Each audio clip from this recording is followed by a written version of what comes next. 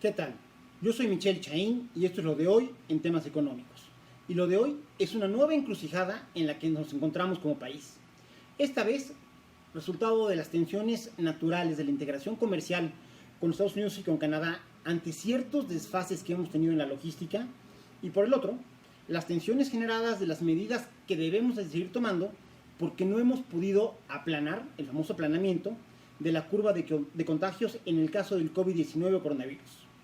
Pero vamos por partes. El libre comercio, en el caso de México, no solo es una parte de la política económica. Si lo vemos en términos históricos, significa un momento de ruptura con lo que durante mucho tiempo fue el modelo de desarrollo del país que se basaba en la sustitución de importaciones. Y que fue exitosísimo, ¿eh? En la época del desarrollo estabilizador fue la época del milagro mexicano cuando crecíamos a tasas del 6% anual. Pero, como todos los modelos, en la medida que el entorno fue cambiando, el modelo se fue agotando. Y para ahí de los 70 ya estaba prácticamente agotado. Sin embargo, llegaron las administraciones, por un lado, con los populismos de Luis Echeverría Álvarez, y dos, de José López Portillo y toda la locura petrolera, que de alguna otra manera permitieron que el tema de ajustar el modelo, de revisarlo a fondo, se fuera pateando. Y después de esta docena trágica, le tocó, sí, al final del gobierno de López Portillo, con el tema del default, que dejamos de pagar la deuda, que estuvo que ir a Nueva York a decir, el debo no niego, pago no tengo, que justo en el momento del cambio de poderes a Miguel de la Madrid se anunciaba la nacionalización de la banca. En fin, el caso es que a Miguel de la Madrid le tocó un país prácticamente quebrado. Y él se dio la tarea, más allá de la reconstrucción del 85 por el temblor, pero él se dio la tarea de empezar a generar el andamiaje institucional para que un país que era fundamentalmente una economía cerrada o que buscaba ser cerrada, se convirtiera en uno de los participantes más activos en el comercio internacional. Y esto evidentemente pues tiene su punto de inicio no en el 94 como mucha gente cree. En el 94 efectivamente es cuando entra en vigor el Tratado de Libre Comercio de América del Norte. Pero es en el 86 cuando México entra al GATT, que es el Acuerdo General de Aranceles y Tarifas, que posteriormente se convertiría en la OMC, o Organización Mundial de Comercio.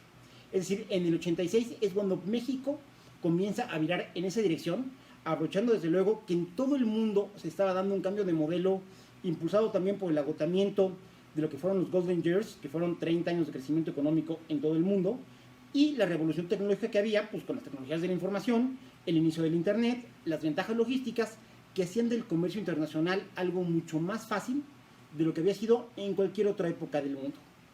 Con todo esto, se establecieron ciertos lineamientos en el modelo de crecimiento de México que hasta la fecha, hasta el 2020, continúan. Y lo digo porque con la ratificación que se dio del Acuerdo de Libre Comercio, ahora se llama TEMEC, pues prácticamente está basado en los mismos principios. Libre movilidad de flujos financieros y de mercancías, pero no de personas. Desde luego, una muy importante integración logística, es decir, toda la parte de las ingenierías, lo que son tiempos y movimientos. Desde luego, una integración comercial y económica, y dado el nivel de intercambio que se tiene, una natural integración cultural.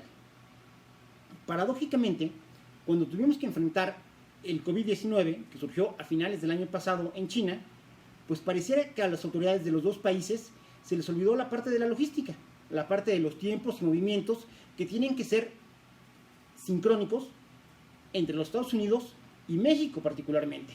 Y aquí hago de lado un momentito Canadá, pues porque dada la frontera que tenemos los Estados Unidos y México, y dado que los dos hacemos diferentes cosas, pero los dos construimos cosas, es bien interesante ver cómo para tener un producto terminado, la computadora, la pantalla, la lámpara, los componentes cruzan una y otra vez la frontera antes de que nosotros podamos tener de cualquier lado de la frontera un producto terminado en las manos.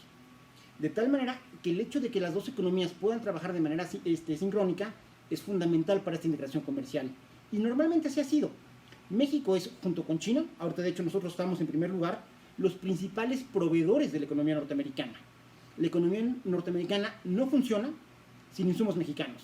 De la misma manera que nuestra planta industrial no funciona sin la demanda y también sin los componentes que nos envían los norteamericanos. Y en ese sentido, está resultando carísima para los dos países la ligereza con la que tanto el presidente Trump como el presidente López Obrador tomaron el tema del COVID-19 en sus primeras semanas en América. Y esto ha sido costosísimo para los países y puede ser que también para ellos. En el caso del presidente Trump, todo el manejo que se le ha dado al COVID-19 en los Estados Unidos bien pudiera costarle una reelección que hace un par de meses todo el mundo juraba que la tenía ganada. Y en el caso del presidente López Obrador, si bien no hay ninguna elección a la vista, todavía falta un año para que sean las intermedias en las cuales él no tendría que participar, lo que es interesante es ver cómo se están dando los temas en el país. Porque literalmente estamos en un hoyo express. Tenemos la presión de la crisis de criminalidad, el tema de los homicidios, tenemos la crisis de confianza que se ha generado por la cual no llegan las inversiones al país, tenemos la crisis que se genera por la Secretaría de Energía y sus ramales, tanto por Pemex, que tuvo pérdidas supermillonarias en el primer trimestre, como CFE, y ahora la prohibición o el intento de prohibición para que los privados que ya invirtieron 20,000 millones de dólares no puedan venderles energías renovables. Insisto, se van acumulando una serie de problemas y ahora hay que sumar que literalmente tenemos la presión de que como los Estados Unidos ya iniciaron con su regreso a las actividades normales de la industria, México tiene que proveerles sí o sí los insumos que requieren. Porque además aquí sí existe el riesgo de que si México no surte, alguien más en el mundo lo va a hacer. Solo de esta manera se puede explicar que después de que nos habían dicho que el 9 y el 10 de mayo iban a ser los 2 días más álgidos en tema de contagios, de repente el presidente López Obrador salga el sábado 9 de mayo en su oficina ahí en Palacio Nacional y nos anuncie que el miércoles va a presentar el programa para regresar a la normalidad. Insisto, cuando este fin de semana supuestamente era lo más peligroso que podíamos tener. Pues sí, lo que cambió fue que el presidente Trump esa misma semana anunció que iban a regresar a las plantas industriales. Esto está obligando a que México tenga que adelantar tiempos, porque, y hay que decirlo con todas sus letras, la curva no se ha aplanado y al contrario. Y aquí agradezco, la verdad, a César Castro, que muy amablemente me facilitó la primera de las gráficas que están acompañando a esta plática. Pero en esta gráfica se puede ver cómo el número de contagios de personas infectadas diarias va creciendo parejito en la tendencia y no hay ningún momento en la que se rompa. Es decir, todavía estamos en la parte ascendente de la curva. No hemos logrado romper esa inercia y empezar literalmente a aplanar. Entonces, pues mientras en los Estados Unidos ya lograron un cierto aplanamiento de la curva y por eso tienen la tranquilidad de empezar a trabajar, aquí la verdad es que no es cierto.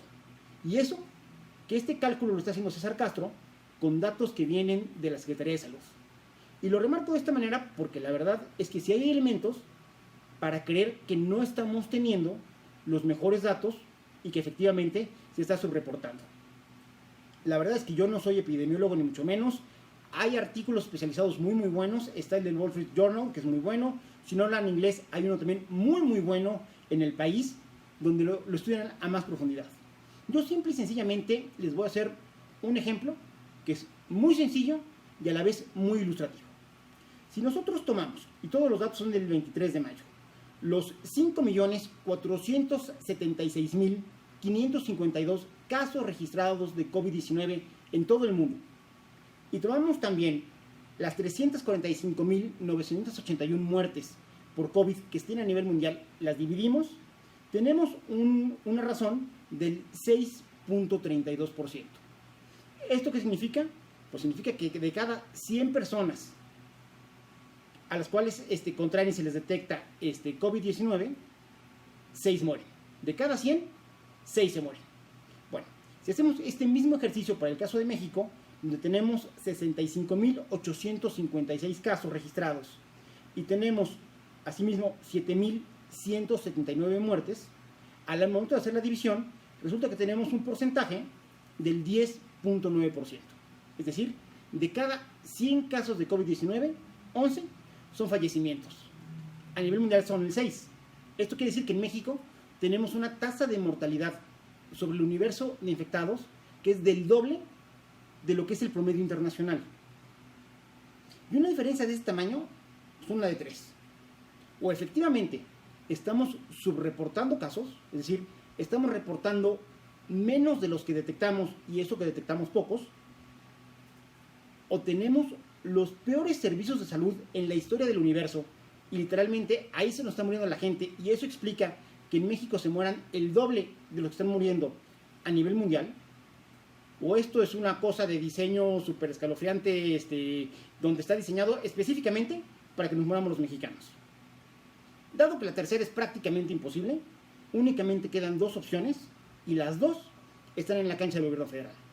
O estamos contando mal los pocos casos que estamos contando, o les estamos dando un muy mal servicio médico que tiene que ver en buena medida con el tema de insumos cuando llegan al sector salud. Pero lo que es un hecho es que sí hay materia suficiente para sospechar de los datos que nos da el sector salud, el doctor López-Gatell, y el gobierno federal respecto al avance que tenemos de la pandemia. Y aquí se entiende, pues, buena parte de la molestia de los gobernadores cuando el presidente López Obrador les dijo, a ver, aquí está el programa de normalidad, va por aquí, para acá, la semaforización, muy bonito, pero al final del día, la responsabilidad es de ustedes como gobernadores. Porque lo que le dijeron los gobernadores, lo deben de haber pensado fue, ay sí, qué padre, tú ya quedaste bien con Trump, ya hiciste el show para el público, y los que nos vamos a comer la responsabilidad de lo que decidamos somos nosotros. Y en esta lógica se entiende la reticencia por parte del gobernador de Puebla, de Luis Miguel Barbosa, en el sentido de que la industria automotriz de Puebla no está entrando a trabajar al mismo tiempo que el resto de la industria. Y el problema aquí es la falta de transparencia. Porque si el gobernador de Puebla, el señor Luis Miguel Barbosa, tiene razón, nosotros no estamos accediendo a los datos que él tiene para poderlo evaluar. Y evidentemente la verdad es que sería muy difícil que los diera porque si tiene unos datos diferentes a los del gobierno federal, sería balconear al gobierno federal que es de su mismo partido. Es entendible. Pero la verdad es que van a ser miles y miles de poblanos y de poblanas que van a regresar a trabajar eventualmente y lo vamos a hacer en un entorno de total incertidumbre. Como ahorita ya están regresando a trabajar gente en todo el país y donde la verdad prevalece la misma incertidumbre. Y mientras nosotros empezamos a trabajar o nos estamos preparando para empezar a trabajar sin saber en realidad dónde estamos parados, desafortunadamente para Puebla, el sector automotriz de Puebla se está desfasando de lo que está pasando y del ritmo que está tomando ya el sector en los Estados Unidos. Y ojo, un desfase del sector automotriz de Puebla puede ser la diferencia entre seguir siendo un proveedor de vanguardia o empezar a escribir la historia de cómo se fue acabando el sector automotriz en Puebla. Yo soy Michelle Chaín y eso es lo de hoy.